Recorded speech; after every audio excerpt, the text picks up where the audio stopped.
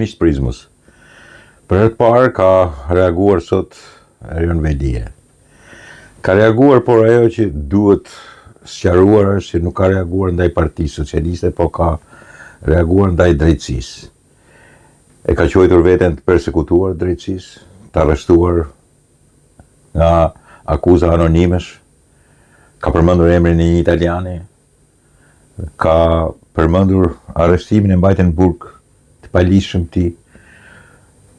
Nuk ka trajtuar shumë problemin e shkarkimit, por ka lënë të nënkuptohet që e gjithë puna që është bërë për ta arrestuar, për ta çuar në burg, dhe natyrisht del edhe shkarkimi pastaj, është një farsë e drejtësisë e cila e shëmton, duke qenë se sipas Veliës ka qenë në kulmin e zhvillimit të punëve të Tiranës, edhe në kulmin e zhvillimit të Tiranës.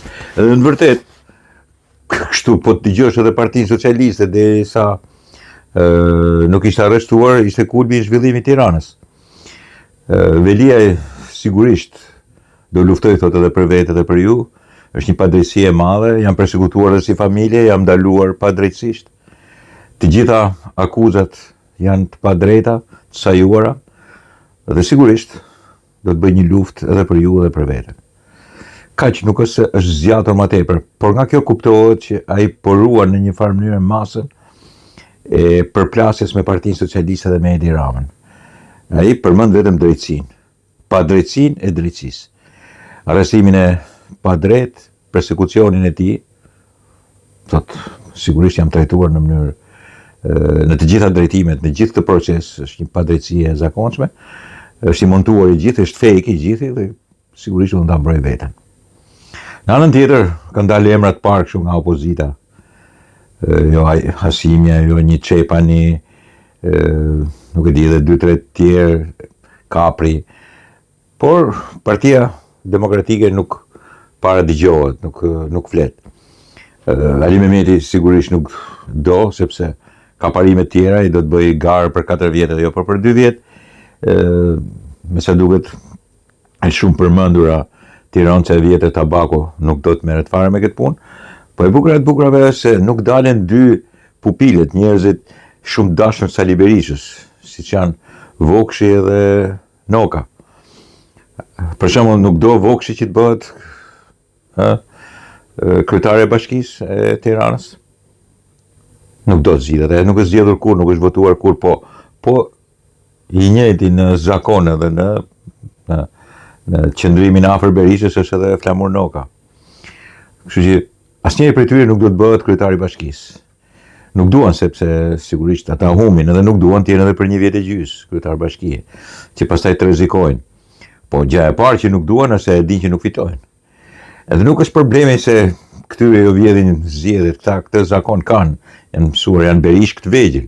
Këta i humbin zgjedhjet, se këta nuk bëjnë gara kurrë, merren vetëm me fjalë, nuk kanë as programe, nuk kanë as vizion, nuk kanë as artikulim për këtë konstruktivitetin për të ndërtuar Tiranën. Kanë thjesht sharje, fyrje, këta nuk dinë të artikulojnë, nuk dinë një narrativ e cila nuk ka sharje dhe fyrjen, principialitet të narratives tyre, të mënyrës të folurit tyre. Kështu që në këtë drejtim këta nuk janë. Atëherë kur nuk janë këta, kush do të jenë? Do të jenë patjetër aktorë të dorës dytë, që edhe ata nuk po dalin. Ata që e meritojnë, ja përtojnë, sepse e di që do të digjen. Këta që mund të katapultohen nuk duan, sepse sigurisht nuk besojnë, ma vetë Berisha, për shembull, që i kanë bërë propozim që pse s'kandidon ti për ta provuar, për ta marrë ti Tiranën. Nuk pretendon se bie nga Froni, kryeministri i Shqipërisë, presidenti i Shqipërisë, kryetar bashkie e Tiranës, i duket le që ka frikën numër 1 se humb, pavarësisht se ai nuk humb kurrë. Berisha bile fiton më tepër atëherë kur humb më tepër. Pra në këtë mes kemi të bëjmë me një gjurulldi të madhe. Në mesin e gjurulldis sigurisht është Erion Velia, që normalisht kishte shpjeguar sot që ishte rrufe në qiell të pastër, në kulmin e punëve të tij, në kulmin e suksesit të Tiranës. Jo vetëm që e lanë për kryetar bashkie, po më kanë terrorizuar familjen, mua në burg, të gjithë familjen time, duke u sjellë drejtësia sikur të isha një kriminal, si një terrorist. Dhe pikërisht ai e kishte me drejtësinë. Me sa duket, akoma nuk ka shpallur luftën me Partinë Socialiste. Nuk besoj se do ta shpall, nuk ka lëverdi dhe mund mos ketë edhe qëllim. Shohim si do të shkojmë më vonë. Vendimet e gjykatës kushtetuese e përcaktojnë një farë mënyrë të qëndrimin e tij. Dakord, miqtë e mi? Miq Prizmus. 1 tetor i vitit 1946 është përmbyllja e procesit të Nurembergut në Gjermani. Fituesit, aleatët, ndërtuan një proces të tillë që në kohën e sotme sigurisht do të paragjykohet, por në 1946 e mas krimeve të jashtëzakonshme të nazizmit ishte i domosdoshëm. Ishte i domosdoshëm edhe në principet morale, po dhe në atë që konsiderohet pastaj një përgjigje adekuate ligjore, e cila duhet të bërë si precedent të gjykatave ndërkombëtare për të vendosur një drejtësi universale ndërkombëtare, pikërisht ndërkombëtare në botë. Para që të dënoheshin krimet, mos të rrinin pa dënuar, dhe e dyta, nuk mund të justifikohesh ma se je ushtarak ose je në punë, se je në urdhra dhe mund të bësh krime. Këto dy element duheshin sigurisht stigmatizuar dhe treguar me forcë që nesër ata që e bënin po të njëjtin gabim ta dinin, të kishin sistemin e referimit, të kishin precedentin për të kuptuar që nuk mund të rrini pa u ndëshkuar dhe ashpërsisht, sepse nga 22 vetë shumë u pushkatuan, sigurisht njerëz të lartë të regjimit, duke filluar nga Goering, nga Hess, nga Ribbentrop, nga Keitel. Sigurisht Hitleri kishte vrarë veten dhe disa të tjerë aty. Goering në fakt u lejua që të vriste veten. Një pjesë u pushkatuan mas një jave, Goering vrau veten një ditë përpara se të varet, sepse edhe u varën. Një tjetër dyzi njerëzish u dënuar me burkim përjetshëm, disa me dënime më të vogla dhe disa u falën. U bë një proces i cili zgjati disa kohë, po jo kaq shumë, dhe patjetër bëri bujë në botë. Mbi bazën e Nurembergut u ndërtuan pastaj edhe tribunalet në Hag, ai për Jugosllavinë, për Ruandën. Edhe është sot famkeqi në Hag që po gjykon padrejtësisht me terma të gënjeshtërta. Këtu ka ta ndisur tribunali i Hagës të 4 herojve të luftës çlirimtare të Kosovës. Me këtë nuk duhet mohoj atë që është bërë që në 1946, po duhet të tregoj se ku ka përfunduar ky tribunal. Edhe sigurisht turpi mbetet për ata që organizojnë dhe vazhdojnë. Po çfarë duhet të them? Duhet të them edhe këtë tjetrën. Edhe në vitin 1990 dhe mbrapa, 91, 92, 93, 94, 95, sepse mbas një diktaturë ose mbas një lufte duhet bërë një tribunal. Duhet bërë një gjyq. Antikomunistët komunistë të Partisë Demokratike dhe të komunistit Sali Berisha, fëmijëve të komunistëve dhe një dore të komunistëve sigurimit shtetit në Partinë Demokratike, sepse ishte detyra e Partisë Demokratike ta bënte, i quajtën të persekutuarit politike dhe të persekutuarit ekonomik ish persekutuar, sigurisht nuk bën asnjë tribunal. E bën për kafe, dhe me mbrojtjet e drejtave të njerëzit, e bën për kafe për Nexhmian, kishte pirë kafe Nexhmia shumë, edhe Ramizi, bashkë me këta byroistët e tjerë edhe njerëzit e dikurshëm të regjimit. Ata e kishin precedentin për ta bërë. Që po bëre vrasje, po bëre gjenocid mbi popullin tonë, po e le pa ngrënë. Po u tregove në një farë mënyrë vrastar. Kur je në pushtet do ta paguash. Mirë, po Sali Berisha erdhi në pushtet që të mbante në vijshmëri atë regjim. Erdhi që të fillonte një luftë të re klasash, të thoshte atyre që nuk janë me Partinë Demokratike, jeni komunist, kur ishte komunist vetë. Në drejtimin e Sali Berishës nuk u bë asnjë proces për të dënuar pikërisht krimet e komunizmit, për të dalë dëshmitarët në gjyqje dhe për të thënë që ky më ka dënuar, ky më ka spionuar, ky këtu më ka vrarë, familjen ka internuar.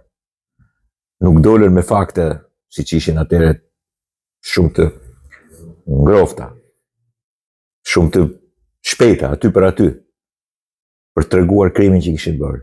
Mjafton që të merresh me krimin e izolimit edhe krimin e gjenocidit ushqimor, dhe sigurisht do të ishte kryer një nga detyrat më të rëndësishme që mund të bënte demokracia përballë një të keqe të madhe që kishte kaluar për 45 vjet rresht. Me një popull të vogël, me një popull që s'kishte nevojë të vuante ai shumë, por që një klik vrastare në emër të diktaturës proletariatit e luftës klasave, se sigurisht regjime ka gjithkund në botë, por te ne ishte shumë e ashpër lufta e klasës edhe diktatura e proletariatit. Dhe pikërisht për këtë duhet paguanin ata hierark, ata njerëz të cilët e kishin aplikuar në mënyrën më kanibaleske, më të shëmtuar me një popull jashtëzakonisht vogël. Nuk kishin bënin me një popull si grup popujsh në Bashkimin Sovjetik, që i kalonin 100 milionët. 180 milionë, sa ishte gjithë Bashkimi Sovjetik në atë kohë, 200 milionë. Nuk kishin bënin me një popull si Kina, 900 milionë në 1990. Ose, po themi 700 milionë në 1970. Më nuk kishin bënin mas me një popull 50 milionë si Spanja. Në diktaturën e Frankos. S'kishin bënin. As me një popull 60 milionë, 70 milionë si Gjermania. Si popull i vogël fare. 2 milionë e gjys, 3 milionë e 3, 1990. Gati gjithë kushërime një tjetrin dhe klika e Sali Berishës dhe gjithë komunistave, bashkëpunëtorëve të sigurimit të shtetit nuk e lejoj një gjyq, base jo kundra ka shumë personave. Nuk lejoj një gjyq i cili sigurisht të nxirrte krimin e komunizmit, asaj që ishte zbatuar në Shqipëri. Nuk e lejoj. Nuk e lejoj, për përkundrazi, filloi një luftë tre klasash. Shfrytëzoi të gjithë persekutuarit politike dhe ato ekonomik, të shpronësuarit padrejtësisht për pushtetin e tij. Nuk ka më keq se sa kaq. Nuk ka më ndyrësi politike se sa kaq. Dhe nuk është se Partia Socialiste nuk është përgjegjëse edhe për këtë punë. I ka mbajtur ison për këto gjëra. Sigurisht nuk mund të krahasohet, nuk ishte detyra e saj. Vetë pastrimi i saj nis nga gjëra të tjera. Këtë du ta bënte Partia Demokratike, se për ato u krijua. Por nuk mund ta bënte një ish komunist sekretar partie. Një ish komunist i një vitit 1968, antar Leverdie, jo idealist. Idealista ishin ata të 1940-s, 1950-s. Deri në 1960, po jo në 68-ën. Në 68-ën ishte kuptuar tashmë se ç'po ndodhte në një vend. Dhe kur ishte bërë komunist në 1968-ën kishte pranuar luftën e klasave, revolucionin proletar të asaj kohe kines dhe diktaturën e proletariatit. Nuk e bën, nuk e bën. I nxorën për kafe, i nxorën për abuzime, sepse kështu na thot ne bota, se çfarë lidhje kishim ne me botën në atë kohë. Po interpretimet e Sali Berishës janë gjithmonë kështu kolorifikim folklorik i jashtëzakonshëm, i hedhur një shoqërie, retro shoqërie, e kupton, kulturaliste dobët, e cila kupton vetëm ignorantin edhe uzurpatorin e mendimeve, siç sigurisht në këtë të dytin prezantohet në mënyrë të jashtëzakonshme Sali Berisha. Një butaforie jashtëzakonshme e demokracisë ndërtuar nga një njeri si punë e tillë, po dhe të gjithë ata që e kanë ndjekur prapë. Ata që i mori i hoqi nga partia dhe që i tërhoqi prapë shumë të dënuar, shumë element tjerë që përbënin për luftën e klasave brenda për brenda, spastrimet që bëri, uzurpimet e pushteteve. Vitet e para ishin të tmerrshme, Sali Berishës, edhe pikërisht në ato vite kur duhesh bërë edhe një Nuremberg kundra çakeve dhe kriminalave komunist, vrasësve në Shqipëri, Sali Berisha e pengoi në mënyrë të jashtëzakonshme. dhe ju vinte fajin socialista. Ju komunistat, gjithë ata që s'kin qenë komunista, për Sali Berisha ishin komunist. Komunisti më i madh, i cili po mbronte me nerjush bythët e komunizmit dikur, bërtit të si antikomunisti më i çmendur. Dhe kështu mësoi edhe këta që ishin poshtë. Kudo, në Shkodër, në Tiranë, në Korçë, në Vlorë, të gjithë bashkëpunëtorët e sigurimit të shtetit fillun të bënë si antikomunistat më të mëdhenj në Shqipëri. Nuk bënin asgjë tjetër se mbronin komunizmin. Filluan të quajnë ish këti, ish ati. Komunistat ti që s'kishte qenë, dhe për vete ishin komunistat dhe bashkëpunëtorët e sigurimit të shtetit, edhe ishin demokratë. Ja këtë punë bëri mungesa e një procesi normal, si Nurembergu. Po dhe Nurembergu në Shqipëri nuk mund të bëhej, sepse edhe atje ku u bë, në të vërtetë u bë nga fitimtarët, nuk u bë nga gjermanët. Më vjen keq që e them këtë punë. Po dhe në Gjermani nuk e bën gjermanët, e bën amerikanët, e bën britanikët, e bën kanadezët, e bëri bota demokratike. Nuk e bën gjermanët. Dhe nuk do ta kishin bërë kur. Sepse ishte një popull i cili ishte turpruar duke u bashkuar me një kriminal si Adolf Hitleri. Ashtu mendonin atëherë, kujtonin se ai ishte që ta nxirrte Gjermaninë në padrejtësitë e mëdha që ishin bërë, këtë duhet ta pranojmë. Do ta nxirrte më në fund nga e keqja. Kur nuk e kanë bërë gjermanët, zorë se ta bënin edhe ne. Tuajt nuk e morën përsipër në një vend vogël që ta bënin, dhe i besuan Sali Berishës, i cili shumë shpejt e çoi vendin drejt uzurpimit, plotësisë zgjedhjeve të lira në vitin 1996 dhe shkatrimit ekonomik dhe ushtarak të Shqipërisë në vitin 1997, duke zbatuar një agjendë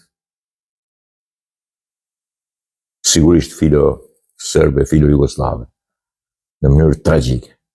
Absolutisht filo-serbe, filo-jugoslave dhe agjendave famkeqe të një armiqësie të jashtëzakonshme që kanë disa prej shtresave politike të qelbura në Greqinë fëqinje, sidomos në atë periudhë kohë.